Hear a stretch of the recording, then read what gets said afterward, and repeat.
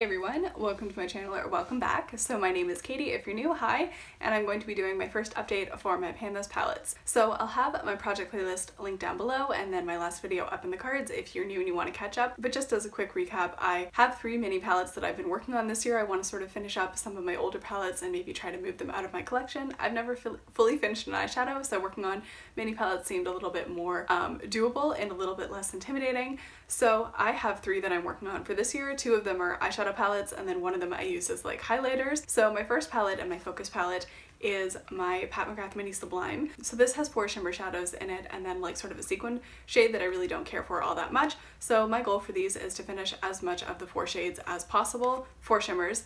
Then I'm also working on my Natasha Denona Mini Retro. This is more for some cool tones and a little bit of variety. I just want to make as much progress on this as possible. There are a couple of the shimmers in here that I think I could maybe finish, but I really don't know about the mattes. And then I'm also working on my KVD Alchemist palette and I want to completely finish this guy, and I actually have my first empty pan, which I really did not expect to happen nearly as fast as it did. So I think that this could be potentially fully gone within the next like couple of months. So having said that, I'm gonna jump right into it. So I'm gonna start off with my Mini Sublime because that is sort of my focus palette. As of the introduction, I had 1 pan in the shade Sinful. I wanted to hit pan in Gold Nectar, which is like the gold shade. And then I also thought that maybe I could hit pan on Corruption, although that felt like a long shot. So I went from 1 pan and now my palette is looking like this. So as you guys can see, I did expand the pan on Sinful, hit pan on Gold Nectar, and then also hit pan on Corruption, which I didn't think was going to be possible, but this actually happened first, which I definitely was not expecting. So I've used Sinful 10 times, and as you can see, there is a little bit of pan expansion. I mainly use this with a small brush as like an inner corner highlight or as like the center part of a halo eye. So I rarely use this as an olive lid shade, so I think my progress on this is probably going to be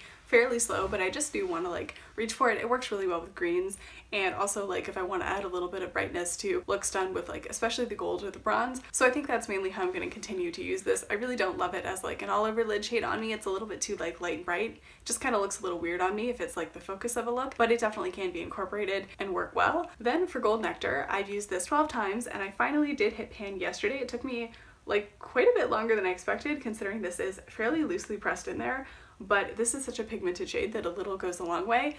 And I don't have a ton of lid space, so it definitely did take me longer than I was expecting. I've really fallen in love with Sextrovert this month, which I really didn't expect to. This is such a gorgeous like bronze shade, and I've really been reaching into this palette pretty frequently over the last like couple of weeks for like one and done lid shades with something matte in the crease. I'm gonna swatch out Sextrovert because it's such a basic shade, but it's so pretty. There's something about like cool bronzes and like metallic taupes that just like really get me.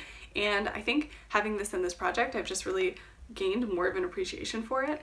So as you can see, it is slightly warm toned, but it's not as much of like an orangey bronze shade. So I found that this works well with like a warm tone crease or a cool tone crease. You can kind of like go in either direction with it. So I've been having a lot of fun using it that way and just sort of playing around with it with different crease colors. Then Illicit, really there's no change here. I've used this 4 times and I am really not crazy about this shade, but I do want to reach for it occasionally, but I'm not really putting any pressure on myself. I think mainly I'm going to get most of the use out of this is like if I'm traveling with it and I don't have as many options for like a dark shade. But yeah, I'm just not like the biggest fan of this. So I have used it 4 times, which honestly is probably like 3 more times than I expected to use it this month. And then for Corruption, I actually hit pan on this first, which I really was surprised by, but I've really been enjoying reaching for this as like a one and done shade. It's not like a super intense duochrome, like it's more of like a satin finish duochrome.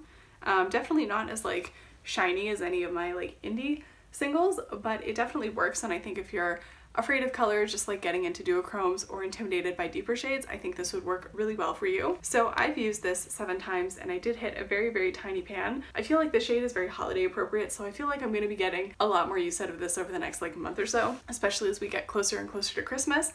So I think I definitely expect that the pan on this will be quite a bit bigger by the next update. So that is sort of what things are looking like for this palette for this month, and I'm pretty happy with this progress so far. Okay, next up, my Mini Retro. So as of the intro, I didn't have any pans in this. I knew I was like super close on Pixie, and I thought maybe I could hit pan on Industrial, and I really just wanted to see more progress on the mattes and the topper shade, and so this is what my palette is looking like right now. So as you guys can see, I did hit pan on Pixie, which is right over here, And then I do have a little bit more usage on the mattes. I think you're starting to see a little bit of dips on them, whereas they looked pretty much untouched as of the introduction.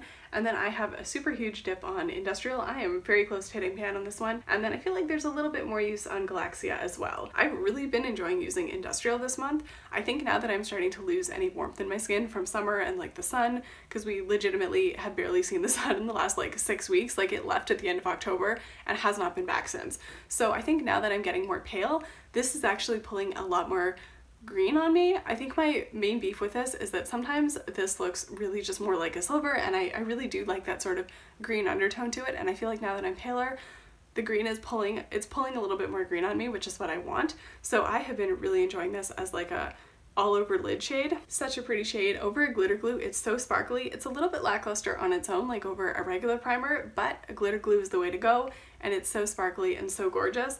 And I find that these three right here and maybe a little bit of Pixie on the inner corner are all you need for like really quick and easy eye looks. So I've been going for that a lot, especially over the last like couple of weeks. Things have just been a lot, and I like to do makeup in the morning just because it makes me feel like I have my life together, and it makes me, I don't know, it just makes me feel like I'm putting my best self forward, but I also don't have the time for like a really intricate eye look. So these guys right here make like a really easy everyday eye look, and yeah, I've really been enjoying Industrial. So I think I am super close to pan, but I really wanted to film this update because I know it's going to take me a few days to get it fully edited, and I haven't put up a video in like 2 weeks at this point, so I want to get this up because I'm really excited about it. So I used Industrial 9 times. I've used 60s also 9 times. So I've used Vintage Taupe here 18 times, and I think you guys can see there's a little bit more of a dip forming in both of these guys, more of a focused dip in 60s and more of like a widespread dip in Vintage Taupe because it works really well as a transition shade. And then I hit pan on Pixie. So I've used Pixie 10 times total, and I hit pan on it after 7 uses. So yeah, this is what we're looking like now, and I feel really good about my progress, and I think once we get past the holidays and into January, February, I feel like I will be reaching for this a lot more. And then my Alchemist palette. So I am so excited about this one. This has changed a lot since the introduction. So as of the intro, I had 3 pans in this, and I wanted to hit the remaining pan, and I have actually completely finished an entire shade. I've done quite a few represses, so this is what we are looking like right now. So obviously I have finished a green emerald over here. I did hit pan on Ultraviolet, which was my last remaining pan. I repressed Blue Sapphire twice and Pink Opal 3 times, and Pink Opal has now been frankened with a little bit of Blue Sapphire to create like sort of a custom purple shade. Honestly, it's more of a blue, but I was hoping for purple, but it's fine. So I used a green emerald an additional 22 times to finish it. I had pan on this as of the first update.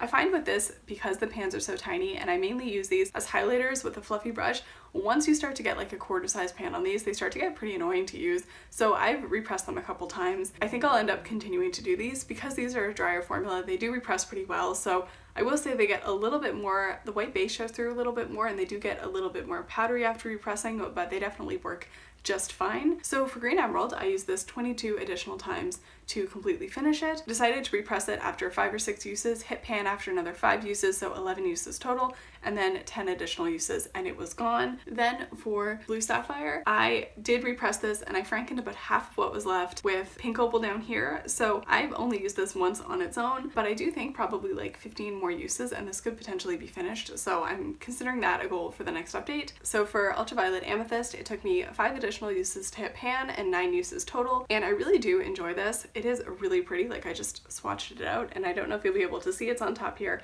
and it's so pretty. It really does look like UV light on your skin. But what I will say about this is because I have a little bit of olive in my undertones, whenever I use this on its own, even if I have blush on, it just makes me look like Kermit. So I think for this, in order to finish it and be happy about it, I think I'm probably going to end up frankening it at some point once the pan gets to like coin size and it starts to annoy me. I'll probably mix it with a little bit of Becca's Prismatic Amethyst because that's a little bit more pink and a little bit lighter, just to make this more usable for me. And then for Pink Opal, so this was definitely my most used shade in the palette overall as of the beginning because it was sort of like the more easily usable shade, I guess. And so I used this 13 times before I frankened it with half of the remaining Blue Sapphire, and so I made what I'm going to call Franken Lilac. I'll swatch this one out. It's really a lot more blue. I definitely could have gone a little bit less ham on the blue, but it's better than what it was looking like before. So it looks like this, and it's definitely more of like a bluish purple, but it's a little bit lighter than Ultraviolet, so I really do enjoy this,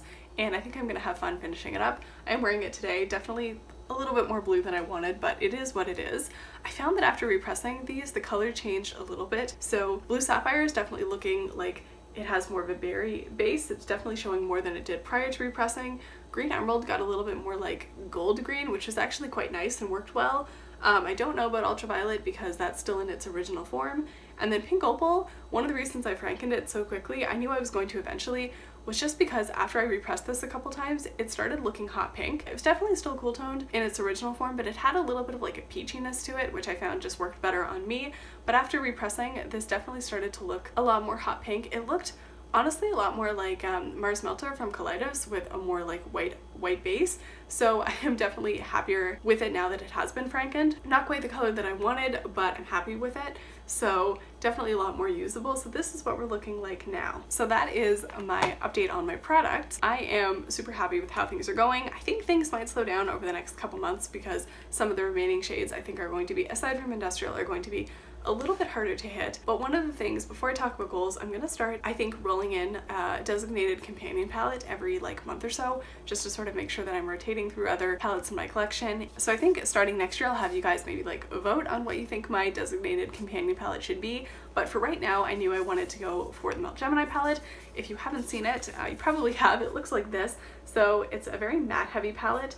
And I find that especially Mini Sublime and this just work really nicely together, especially because as much as I love Melt, this shimmer formula right here is really kind of trashy. So this like really just fills in that like warm tone neutral niche.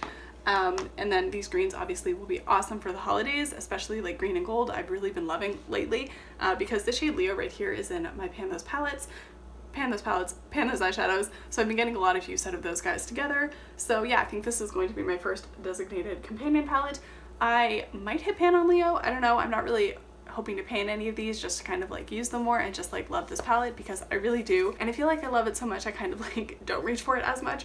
So I think this will be a really great option to get some more use out of it. So goals for the next update. I don't think I'm gonna have any pans in the Mini Sublime for the next update. I feel like that's gonna be asking for a lot because these are deeper than I expected. But what I would like to see is just like pan expansion on all of them, especially Corruption. And then I just want to see more of a dip on Sextrovert right over here. Like I said, I have been really enjoying it and I think I'll definitely carry that through over the next few months. I'm hoping to just see more like usage on this, pan expansion, a little bit more of a dip, and really I'm not putting any pressure on myself to use illicit. I think I probably will reach into it occasionally over the holidays, but I'm not really super focused on it. Then for my mini retro, I do definitely want to hit pan on Industrial and I'm like fairly close. I definitely want to get more use out of Galaxia because it is really pretty. It gives you that kind of like wet looking sheen, which I really do love. And then I just want to see more usage on the mattes. I know that based on how these are going so far with the like number of uses, it's going to take a very long time before I see pan on them, but I do just want to see more like usage on them. And lastly, goals for my Alchemist palette. I would really like to finish up Blue Sapphire. I think like probably 15 to 20 more uses and this could be gone. This is definitely the least wearable shade for me in this entire palette. I feel like with Green Emerald it was very easy to use because I've been wearing a lot of green and I've been wearing a lot of colors that are more of like the red cranberry variety, and I feel like Green Emerald worked well as like sort of a contrasting highlighter and like a contrasting inner corner highlight, so it was very easy to use.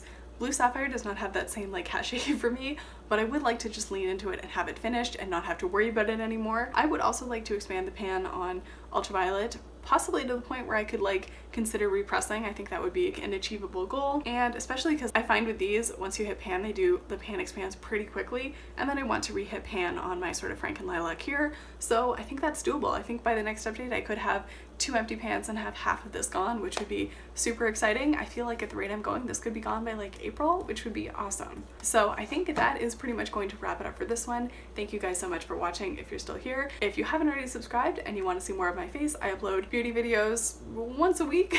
This semester has not been great for that, but hopefully next semester I'll have a little bit more time to upload. I will definitely be having a bunch of like year-end wrap-up stuff, so if that sounds interesting, feel free to hit that subscribe button. If you enjoyed it, feel free to hit the like button, and hopefully I will catch you in the next one. Bye!